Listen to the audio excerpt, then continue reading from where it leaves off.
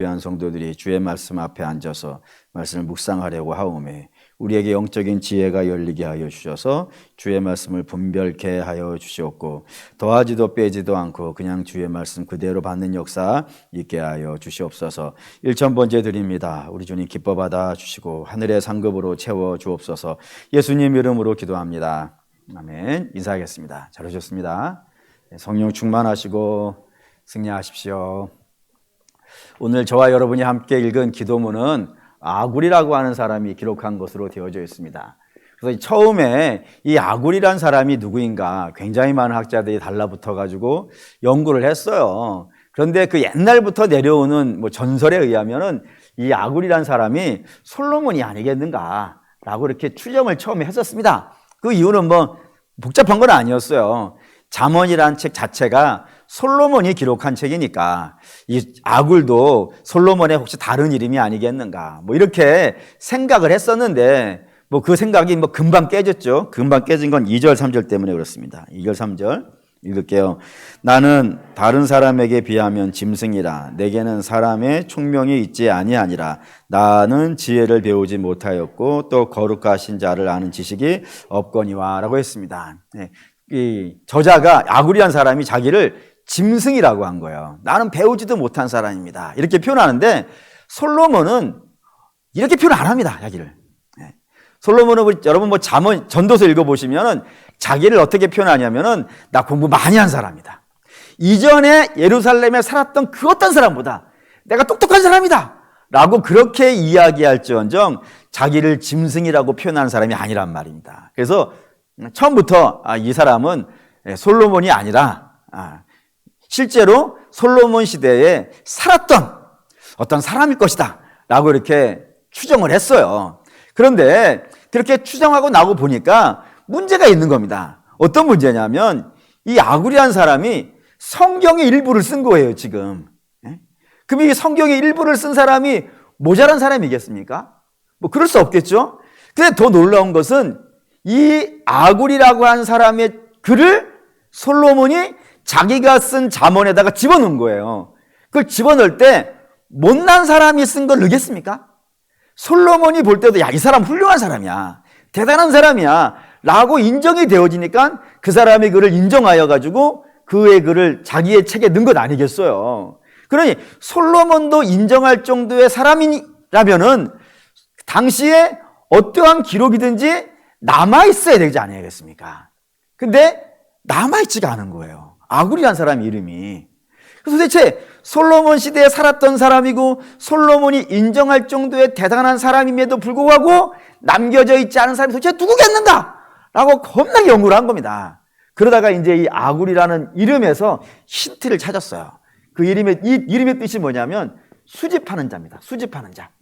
그러니까 뭔가를 이렇게 수집해가지고 왕에게 보고하는 사람이에요. 이런 사람들이 조선시대에도 있었어요.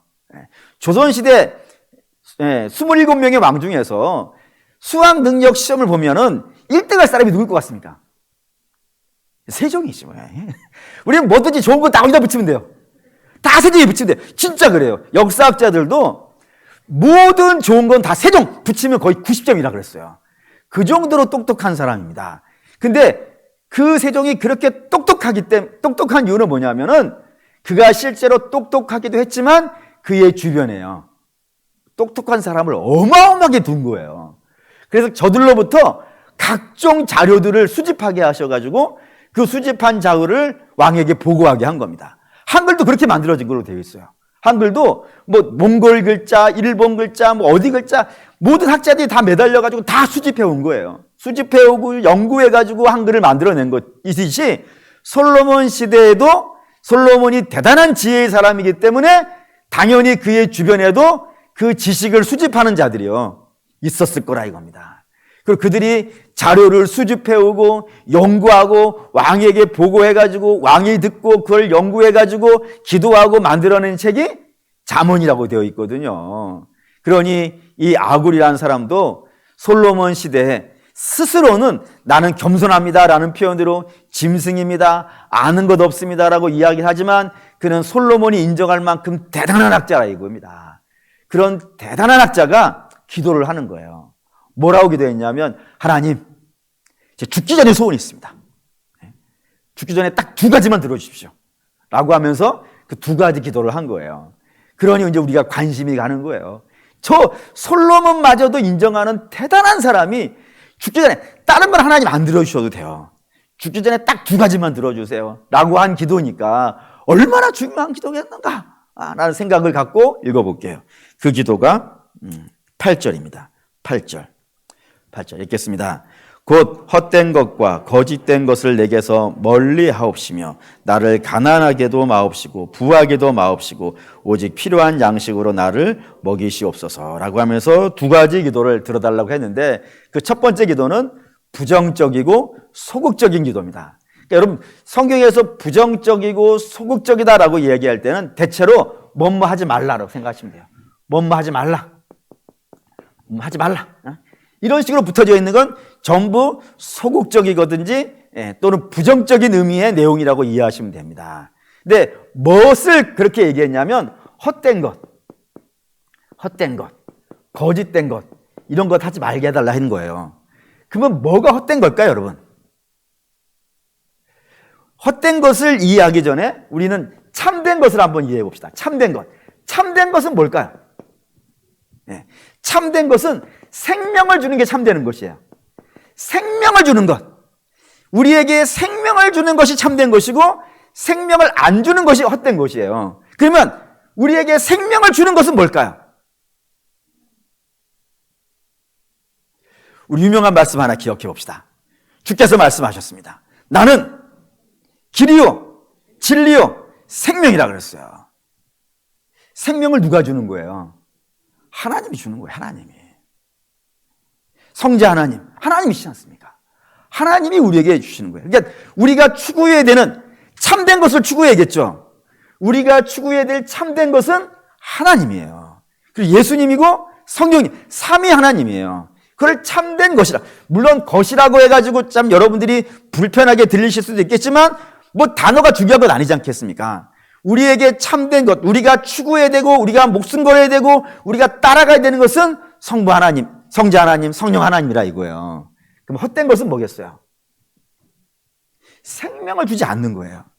생명을 주지 않는데 우리의 눈에 생명을 주는 것처럼 군림하는 게 있더라 이거예요. 그러니까 우리가 오매불망 이렇게 하는 하나님인데 하나님도 아닌 것이 마치 생명을 주는 것처럼 우리에게 영광을 주는 것처럼 우리에게 복을 주는 것처럼 그래서 사람들로 하여금 야 저게 인생의 복이야 라고 쫓아가게 하는 것이 헛된 것이라 이겁니다. 근데 그런 것이 있어요. 성경에 가장 많이 등장하는 것은 이게 3가지로 등장을 합니다. 3가지. 첫 번째는 뭘 것 같으세요?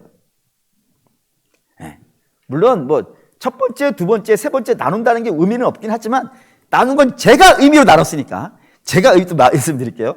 성경에 가장 지금도 마찬가지예요. 지금도 마찬가지고 성경 시대도 마찬가지고 하나님이 아닌데도 불구하고 사람들이 야 저것만 있으면 난 부러울 게 없어 라고 하는 것이 있어요. 가장 대표적인 게 돈이에요. 돈이 사람이 여러분 그렇습니다. 가령 어떤 분들이 이런 말씀을 하세요. 목사님 돈이 죄겠습니까? 사람이 죄죠. 물론 그 말 맞죠. 사람이 더 악하긴 맞아요. 근데 사랑하는 우리 믿음의 성도 여러분, 돈에는 영적인 힘이 있는 거 아시나요? 주께서 이런 말씀하셨어요. 사람이 하나님과 재물을 더불어 섬길 수 없다고. 그때 재물이라고 하는 단어가 우리 주님은 무슨 단어를 쓰셨냐면 만몬이라고 하는 단어를 쓰셨단 말이에요. 만몬은 바벨론의 신이에요. 그러니까 여러분 돈이 견물생심이라고 하지 않습니까? 죄인들의 마음을 끌어당길 수 있는 그런 힘이 있어요. 아주 강력한 힘이에요. 그래서 그 돈의 힘에 끌려가게 되어지면 어떻게 될 것 같으세요? 망하는 길로 간다 이겁니다. 가장 대표적인 사람 하나를 든다 그러면 야곱입니다. 야곱이 대표적으로 돈을 인생의 목표로 놓고 마치 그걸 하나님 대하듯이 대했던 사람이라 이거예요. 그 예를 든다면 그렇죠. 하나님께서 야곱에게 주신다고 하셨어. 내가 너를 장자로 삼을 거라고. 그러면 야곱은 굳이 아버지 거를 달라고 하지 않아도 돼요. 아버지 거를 장자가 되려고 하는 이유는 뭐냐면 아버지의 것을 받기 위해서 장자가 되려는 것 아니겠어요. 근데 하나님이 주신다고 하셨으니까 아버지의 것 굳이 그를 달려고 애쓰고 목맬 필요가 없는 거란 말입니다. 그냥 주만 바라보면 되는 것이죠. 근데 야곱 안 그러죠. 야곱은 하나님이 주는 걸 기대하지 않아요. 그는 오로지 아버지의 것을 얻기 위해서 형을 속이기도 하고 아버지를 속이기도 한단 말입니다. 그렇게 형을 속이고 아버지를 속이다가 결국에 어떻게 돼요? 아버지 집에 살지 못하고 떠나지 않습니까? 어디로 떠나요? 삼촌 라반의 집으로 가는 거 아시나요? 근데 이거 얼마나 심각한 문제인지 아세요? 우리 그냥 아버지 집에 살 수 없으니까 삼촌 라반의 집에 갔구나, 이 정도로 이해하시면 성경을 반만 이해하신 거예요. 이거 굉장히 심각한 거예요. 이게 왜 굉장히 심각하냐면 아브라함이 나이가 들었습니다. 나이가 들어서 거의 이제 거동도 하지 못하는 정도의 나이가 깊어졌어요. 근데 그렇게 나이가 깊어졌음에도 불구하고 아들 이삭이 결혼을 못했네. 그래서 아브라함이 종을 불러요. 종을 불러서 종아, 너 이제 내 고향집에 가가지고 내 고향집에 가가지고 거기에서 내 아들의 아내를 데리고 와라. 가나안 여자로는 안 된다. 꼭 내 고향에 가서 그 고향집에 있는 여자를 데리고 와야 된다 라고 이야기를 한 거예요. 그래서 종이 읽죠. 창세기 24장 8절. 창세기 24장 8절.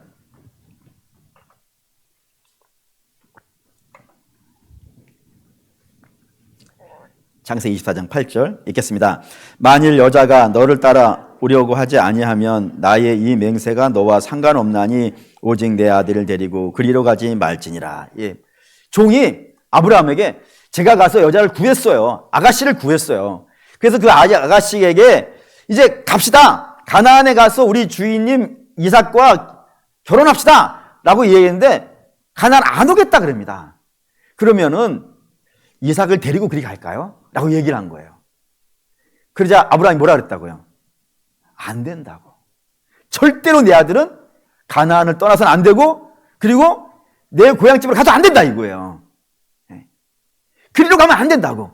근데 지금 이삭이 어디로 가고 있는 거예요? 그리로 가고 있단 말이에요. 그리로. 아브라함이 절대로 가면 안 된다고 절대로 가면 안 된다고 한 곳으로 지금 야곱이 가고 있는 거예요. 그러면 그 인생 앞으로 펼쳐질 뒤에 이야기가 느껴지지 않습니까? 하나님이 가지 말라고 하는 그걸 갈 수밖에 없는 상황이 된 거예요. 갈 수밖에 없어가지고 그리로 갔는데 거기에서 죽도록 고생하잖아요. 망하는 거죠, 망하는 거예요. 하나님 가지 말라는 거를 갈 수밖에 없는 인생이 되어졌으니 그게 왜 그렇게 됐다고요? 하나님만 추구하면 되는데 하나님으로부터 좋은 거 나오는데 그거를 믿지 못하고 돈을 하나님 대하듯이 돈을 추구하는 인생이 됐다 이거예요. 그러자 결국에 그가 가서는 안 되는 곳까지 가게 되어지고 거기에서 죽도록 고생하다가 하나님이 도와주시지 않았다면요 거기서 망했겠지. 근데 하나님이 역사가 있어가지고 거기에서 나왔다 이겁니다. 그게 돈의 이야기예요. 두 번째 권력도 그래요. 권력이나 출세 이것도 굉장한 힘이 있습니다. 얼마나 힘이 있냐면 여러분 돈이 더 힘이 셀 것 같으세요? 권력이나 출세가 더 힘이 셀 것 같으세요? 둘이 비교한다면 거의 막상막하긴 해요. 근데 이게 더 힘이 세요. 그 뭘로 하냐면 옛날에 현대그룹의 정주영이라고 하시는 어마어마한 회장님이 대통령 한번 해보시겠다 나가신 거 기억나시나요? 네. 그때 그분이 왜 대통령 나갔는지 혹시 아실까요? 네. 뭐가 부럽겠어요? 돈도 어마어마하게 많고, 우리나라 최고의 재벌이라고 하고, 밤의 대통령이라고 할 정도로 어마어마한 권세가 있던 분인데도 불구하고, 대통령 해야겠다 이거예요. 전 재산을 바쳐서라도 대통령 해야겠다 이거예요. 왜 대통령을 나가려고 했냐면은, 돈이 권력 앞에서 아무것도 아니다라는 걸 알았다는 거예요. 네. 대통령이 내놔라고 하면은 안 내놓을 수가 없더라 이거예요. 권력이 더 세더라 이거예요. 권력 앞에서 고양이 앞에 쥐밖에 안 되더라. 권력은 돈을 만들어내는데 돈은 권력을 만들어낼 수 없더라. 그래서 내가 해봐야겠다 해가지고 대통령이 나온 거예요. 근데 안 됐죠. 안 돼가지고 열받아가지고 자기 아들들 중에서 제일 똑똑한 아들을 국회의원 만들었어요. 그거라도 해보겠다고. 그 정도로 여러분 이 권력이라는 것 어마어마한 힘이 있습니다. 그런데 이 어마어마한 힘이 있기 때문에 사람이 권력을 마치 하나님 대하듯이 대하면서 내 인생의 목표는 저걸 갖는 거야. 권력을 갖는 거야. 내가 출세하는 거야. 여기에 목숨 걸고 쫓아가게 되어지면 어떻게 될 것 같으세요? 그런 사람이 하나가 있죠. 사울이 그렇습니다. 사울 왕이 왕이 되기 전에는 사실 굉장히 괜찮은 사람이었어요.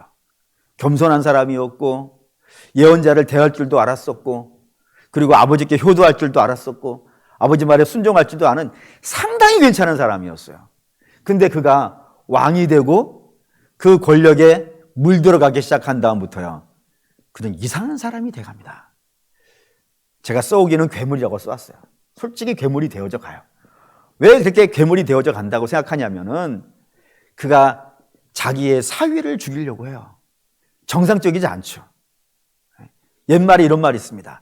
사위 사랑은 장인이라고. 뭐 그런 이야기는 제가 지금 되잖아요.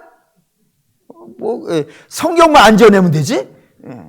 마치 저는 사위를 어마어마하게 사랑할 예정이에요. 근데 그 사위를 죽이려고 해요. 근데 더 놀라운 거는 그의 아들도 죽이려고 해요. 권력 앞에 아들 없는 거예요. 하늘의 태양은 하나밖에 없는 거예요. 그런 사람이 되어져 가요. 심지어는 그 권력 유지해 보겠다고 하나님을 제왕하기도 하고요. 그리고 엔돌의 무당에게 찾아가서 죽은 솔로몬 불러달라 그래요. 하나님이 너 아니라고 했으면 내려놓고 가면 얼마나 멋있었을까. 근데 이게 쉽지는 않겠죠. 어쨌든 그렇다 이거예요. 거기에 빠져가지고 권력 하나님 대하듯이 하다가 결국에는 그가 권력에 매몰되어지는 그런 인생이 되어졌다라고 되어져 있고, 세 번째는 성도 그래요. 성도 이게 굉장히 심각한 문제입니다. 뭐 이런다면은 하나님께서 정한 원칙이 있죠. 아담에게 부인을 몇 명 주셨어요? 한 명 주신 게 이게 원칙이에요. 하나님 둘을 만들지 않으셨어요. 그러니까 하나하나예요. 근데 요게 타락을 해요. 죄로 타락을 하는데 어디서 타락하냐면 그것도 정확하게 성경이 알려주고 있어요. 가인의 가문에서 타락해요. 가인의 가문에서. 거기에 라멕이라는 사람이 등장하는데 이 사람이 처음으로 부인을 둘 둔 사람으로 되어져 있어요. 근데 이 가인의 가문의 이야기거든요. 근데 이것이 믿음의 가문에도 들어가요. 그것도 어마어마하게 들어가서 나중에는 그냥 아브라함 부인 몇 명이에요? 누구도 시비 안 걸어. 다윗이 부인이 몇 명이에요? 시비 거는 거는 솔로몬만 시비를 걸어. 솔로몬은 왜 시비를 거는 거예요? 아브라함을 시비 안 걸면은 다윗도 시비를 안 거는데 솔로몬은 왜 시비 거는 거예요? 여러분, 부인이 2명 있는 것과 부인이 1000명 있는 것 누가 더 나빠요? 항상 우리 집사에게 아니 어디가 더 나빠요? 둘은 괜찮은 거예요? 1000명만 나쁜 거예요? 근데 왜 둘은 양보해 주는 거예요? 다윗 사실 2명도 아니야. 4명인가 그래. 왜 다윗은 욕 안 하는 거예요? 1000명만 나빠요? 근데 이상하지 않습니까? 아브라함도 그러고 야곱도 4명이 돼요. 이삭은 참 괜찮아. 그러면서 이삭은 리브가밖에 없어. 그래, 아니 그걸 아무렇지도 않게 생각한다니까요? 그래서 심지어 어떤 분이 저한테 와서 그랬어요. 아니 성경에도 아브라함도 몇 부인이 3-4명 되는데 괜찮지 않겠냐고. 그래서 가시라고. 그 이상한 거야, 이상한 거. 살아가는 우리 믿음의 성도 여러분, 하나님의 이야기가 아니에요. 주께서 그랬죠. 너희가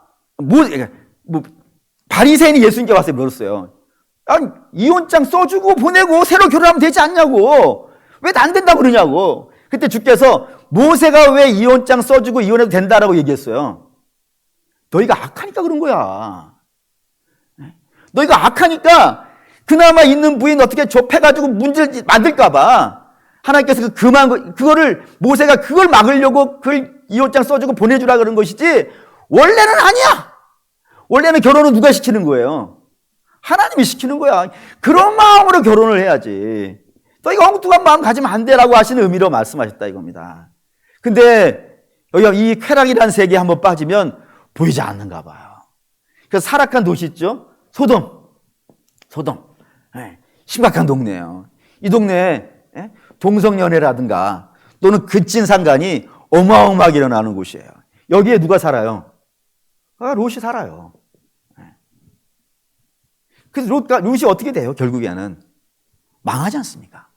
딸에게서 자식을 낳는 건 망한 거 아닌가요? 그런 일이 된다 이거예요. 그러니까 쾌락의 세계에 빠진 것도 마찬가지라 이겁니다. 쾌락의 세계에 여러분 그 무시무시한 겁니다. 뭐 망하는 세계들의 공통적인 특징이죠. 로마도 그렇게 해서 망했죠. 다 타락, 이 성적인 타락이라고 하는 것 굉장히 무서운 거라고 이해를 해야 된다 이겁니다. 그냥 세상 다 그런 거지. 그거는 세상 사람들은 그렇게 얘기할 수 있어요. 모르니까.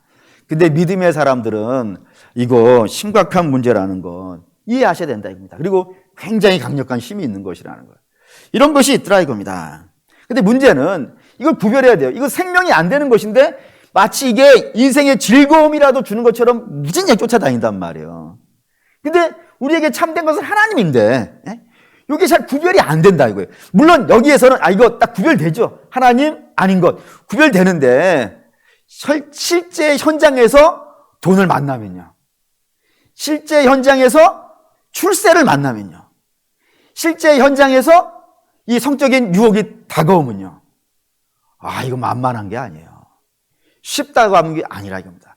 리차드 포스터라고 하는 분이 유명한 책을 하나 썼어요. 거기에 책이 돈, 권력, 섹스예요. 이게 그대로 거기 있는 책이 이 내용이에요. 그런 정도의 강력한 힘이 있어요. 사람을 무너뜨릴 만큼 강력한 힘이 여기에 있단 말입니다. 근데 이걸 구별할 수 있어야 돼요. 구별하지 않으면 망해요. 뭐 어떻게 구별할까요, 여러분? 어떻게 구별할까요?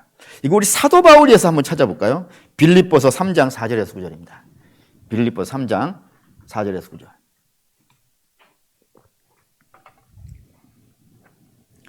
빌립보 3장 4절에서 9절 읽겠습니다. 그러나 신뢰할 만하며 만일 누구든지 다른 이가 육체를 신뢰할 것이 있는 줄로 생각하면 나는 더욱 그러하리니 나는 8일 만에 할례를 받고 이스라엘 족속이요 베냐민 지파요 히브리인 중에 히브리인이요 율법으로는 바리새인이요 열심으로는 주를 박해하고 율법의 의료는 흠이 없는 자라. 그러나 무엇이든지 내게 유익하던 것을 내가 그리스도를 위하여 다 해로 여길 뿐더러 또한 모든 것을 해로 여김은 내 주 그리스도 예수를 아는 지식이 가장 고상하기 때문이라. 내가 그를 위하여 모든 것을 잃어버리고 배설물로 여김은 그리스도를 알고 그 안에서 발견되려 함이니. 아멘. 여기까지. 그러니까 바울이 예수님을 만나기 전과 예수님을 만나기 후가 달라졌다는 얘기를 하는 거예요. 근데 예수님을 알기 전에 그의 인생은 어떤 인생인 거예요? 이런 걸 따지는 인생이, 이런 걸 추구하는 인생이었다 이거예요. 그러니까 바울은 나는 하나님을 믿는다 그러는 거예요. 하나님을 향해서 열심히 따라가는데 그건 겉으로 드러나는 것이고 실제로 속으로는 이런 짓 하고 있었다 이거예요. 이런 세상 헛된 것을 목표로 놓고 살아왔다 이거예요. 근데 그런 사람이 예수님을 만나고 나서 달라졌다는 거예요. 그러면 예수님을 만나고 나서 어떻게 달라졌냐 이거 어떤 과정이 있었길래 달라졌냐 이겁니다. 그걸 확인하시죠. 사도행전 9장 17절 18절. 아시다시피 사도 바울이 다메섹으로 가다가 주님을 만났어요. 그때 있는 이야기인데 17절 18절 읽을게요. 아나니아가 떠나 들어가서 그에게 안수하여 이르되 형제 사울아 주 곧 내가 오는 길에서 나타나셨던 예수께서 너를 보내어 너로 다시 보게 하시고 성령으로 충만하게 하신다 하니 즉시 사울의 눈에서 비늘 같은 것이 벗겨져 다시 보게 된지라. 일어나 세례를 받고. 이 뭔 얘기냐면 사도 바울이 다메섹 가다가 주님을 만났어요. 번쩍번쩍하는 곳에서 만났어요. 그러자 그 번쩍번쩍한 빛 때문에 사도 바울의 눈이 어떻게 되는 거예요? 멀었다 이겁니다. 이거 굉장히 중요한 상징이에요. 그러니까 사도 바울은 자기는 본다라고 하지만 실제로는요 못 보는 인생이라는 걸 주께서 사도 바울의 눈을 멀게 하심으로 인하여서 보여주신 거라 이겁니다. 그래서 나는 본다라고 하는데 실제로는 못 보는 자였구나라는 걸 절감하게 한 다음에 아나니아라고 하는 다메섹 교회의 목사님을 보내신 거예요. 너 가! 안 가려고 하는데 너 가! 라고 해가지고 가가지고 그 아나니아가 그에게 안수하고 기도해 주는 겁니다. 기도해가지고 성령이 충만하길 원한다 라고 얘기를 한 거예요. 그러자 사도 바울 안에 성령이 충만하게 되어졌고 성령이 충만하게 되어짐으로 인하여서 뭐가 벗겨졌대요. 뭐가 벗겨졌다고요? 비늘이 어디서? 눈에서 벗겨졌다고요. 그러니까 이게 중요한 거예요. 그러니까 우리가 제대로 보기 원하십니까? 비늘이 벗겨져야 헛된 것과 참된 것을 구별할 수가 있어요. 아무리 막 섞여 있고 막 우리를 유혹한다 하더라도 우리가 제대로 보게 되어지면 야, 이건 생명이야. 이건 망하는 길이야. 보인다 이거예요. 그걸 보려면 눈이 벗겨져야 된다, 비늘이. 근데 비늘이 벗겨지려면 손으로 뜯는 게 아니고 어떻게 벗겨진다고요? 성령 충만해야 돼요. 왜 주께서 부활하시고 제자들에게 나타나셔서 성령 충만해야 된다라고 말씀하신지 이해하셔야 된다 이겁니다. 저들은 땅끝으로 가야 돼요. 땅끝은 여기, 이게 하나님이에요. 이게 하나님이에요. 그래서 이거 없으면 죽겠는 거예요. 이것만 있으면 난 좋다라고 웃는 거예요. 근데 그런 세계에 살고 있다 하더라도 주의 성령이 우리에게 충만해지면은 눈의 비늘이 벗겨지게 될 것이고 눈의 비늘이 벗겨지면 참된 하나님이 보이기 시작하면서 우리는 하나님을 추구하는 그런 인생이 되어줄 수 있더라 이겁니다. 그리고 사랑하는 믿음의 성도 여러분, 늘 기도하실 때, 또 늘 어디 가시려고 할 때, 누구를 만나려고 할 때 반드시 뭐를 구하세요? 성령 충만함을 구하세요. 그게 우리가 이 땅을 망하지 않고 살아가는 가장 중요한 첩경이라 이겁니다. 두 번째. 부정적이고 소극적인 것이 있다면 적극적이고 긍정적인 것이 있습니다. 그건 뭐 하라. 이건 하지 말라라고 되어 있다면 뭐 하라라고 하는 명령으로 되어 있는 문장이 있어요. 그게 뭐냐면은 부하지도 않게 해주시고 가난하게도 하지 않게 하시고 필요한 것만 주십시오라고 하는 거예요.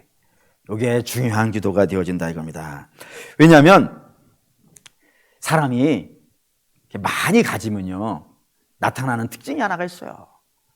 물론 모두가 다 그런가? 라고 하는 건 사실 잘 제가 뭐 말하기엔 좀 그렇긴 하지만 사람이 많이 갖게 되어지면 갖는 특징이 하나가 있습니다. 그게 뭐냐면 교만이 쉽게 생겨요. 대표적인 예를 말한다면 유대인이 그렇습니다. 유대인은 하나님이 다른 사람에게 주지 않은 걸 주신 게 있어요. 그게 중에 하나가 뭐냐면 율법입니다. 하나님이 율법을 유대인에게 왜 주신 거예요? 그걸 갖고 너희가 죄인인 줄 알라고 주신 거예요. 근데 유대인은 그걸로 자기가 죄인인 걸 알려고 하지 아니하고 어떻게 했냐면 나는 이거를 가졌고 너는 이걸 못 가졌다 이거예요. 이방인들을 향해서. 그래서 못 가진 너희는 개돼지이고 나는 선민이다 라고 하면서 율법이 죄인으로 낮추려고 주신 것인데 그것이 자기를 높여가지고 의인으로 만드는 도구로 써버리더라 이겁니다. 이게 죄인이 가지고 있는 중요한 특징이에요. 뭐든지 내가 가지고 있으면 자랑하고 싶고 군림하고 싶고 지배하고 싶고 높아지고 싶은 그런 마음들이 있더라 이겁니다. 근데 그런 마음은요 하나님을 온전하게 예배할 수가 없어요. 항상 우리가 주님을 따라가려면 반드시 전제가 하나가 있어요. 그게 뭐예요? 자기를 부인하고 해요. 자기를 부인하지 않고서는 주님을 따라갈 수가 없어요. 그래서 주님께서 너희가 나를 따라오려 하느냐? 그러면 자기 부인부터 하라고 말씀하실 수밖에 없는 이유가 있어요. 근데 자기를 부인한다는 건 자기를 낮추는 것 아니겠어요? 내가 죄인인 걸 인정하는 것 아니겠어요? 근데 내가 많이 가졌어. 내가 남들보다 높아. 이런 마음이 있으면 어떻게 내려놓을 수 있겠습니까? 심각한 문제가 되는 거예요. 돈도 마찬가지죠. 돈이 많으면은 겸손하기가 힘든가 봐요. 그렇기 때문에 나 부하지 않게 해주세요라고 하는 것이고, 그러면 가난은 왜 가난하지 않게 해달라고 했을까요? 가난이라는 건 자칫 잘못하면 말이죠 비굴해지기가 쉬워요.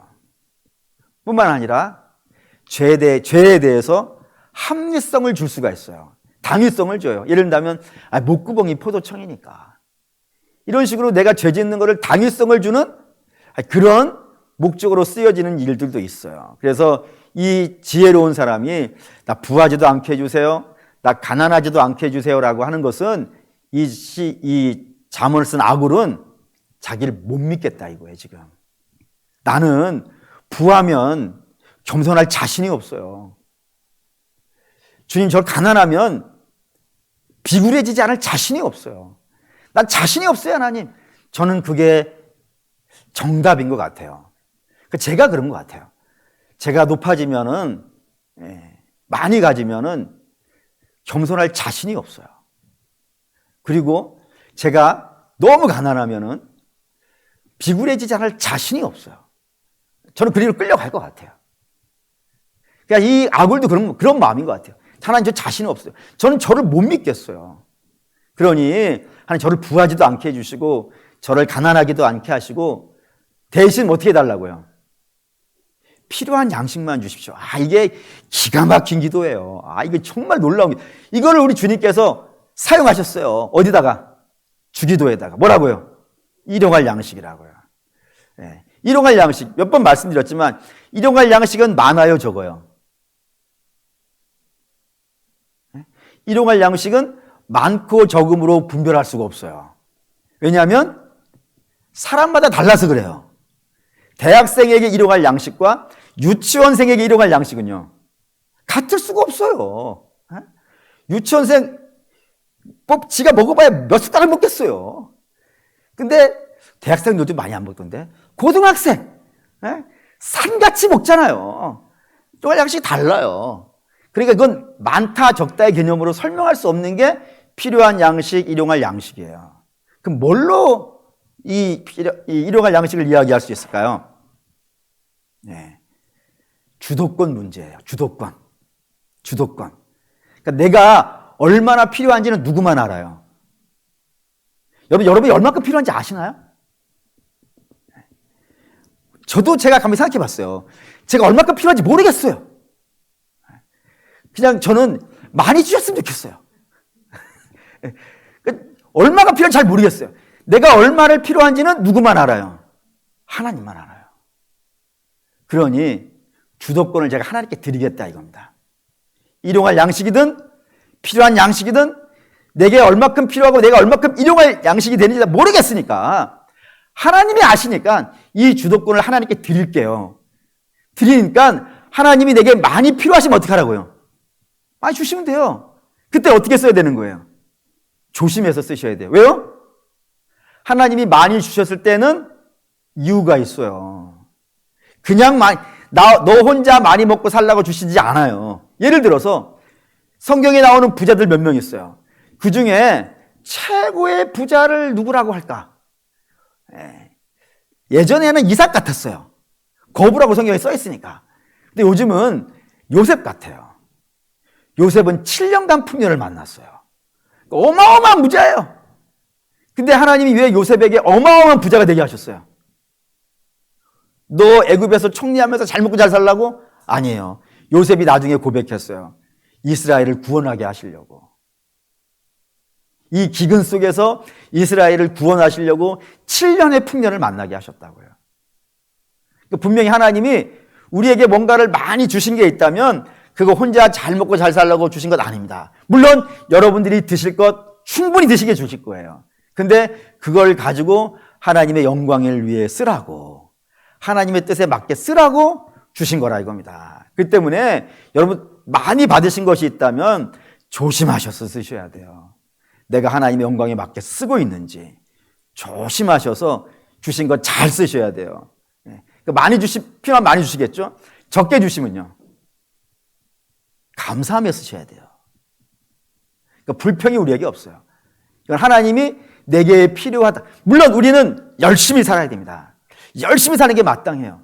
근데 많이 주시는 것도 우리 주님이시고 적게 주시는 것도 우리 주님이세요. 그러니 불평하지 마시고 많이 주시면 조심해서 쓰시고 적게 주시면 감사하게 쓰면서 그렇게 사는 것이 일용할 양식으로 사는 삶이라 이겁니다. 이렇게 살게 해주세요라는 거예요. 그리고 사랑하는 믿음의 성도 여러분, 이 기도가 이 시대에 우리에게 필요한 기도 아니겠습니까? 이 시대에 왜 그렇게 공공하고 힘들고 어렵고 합니까? 하나님 아닌 걸 자꾸 하나님이라고 쫓아가고 있잖아요.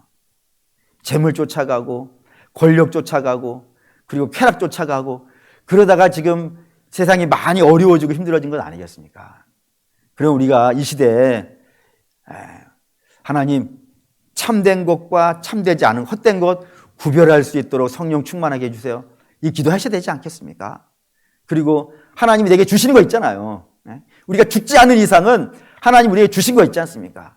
이게 많든 적든 하나님의 뜻에 맞게 쓸 수 있도록 우리 주님 도와주십시오 라고 하는 기도가 필요하지 않겠냐 이거예요. 적게 줬다고 불평하지 아니하고 많이 주셨다고 교만하지 아니하며 그렇게 살아가는 것 우리가 필요하지 않겠습니까? 그렇게 살아갈 때 이 땅에 우리도 복 있게 살아갈 수 있을 뿐만 아니라 우리를 보고 은혜 받는 자들도 있을 것이고 우리를 보고 주를 따라오는 자도 있을 것이고 이 세상도 좀 경각심이 생기지 않겠냐 이거예요. 그리고 우리 사랑하는 믿음의 성도 여러분, 아굴의 기도 우리 기억했으면 좋겠습니다. 참된 것과 거짓된 것 구별할 수 있는 저와 여러분 되시기를 축원합니다. 그리고 욕심으로 살지 아니하고 주께서 주시는 것으로 잘 사시는 역사 있으시기를 주의 이름으로 축원합니다. 아멘. 결단하시죠.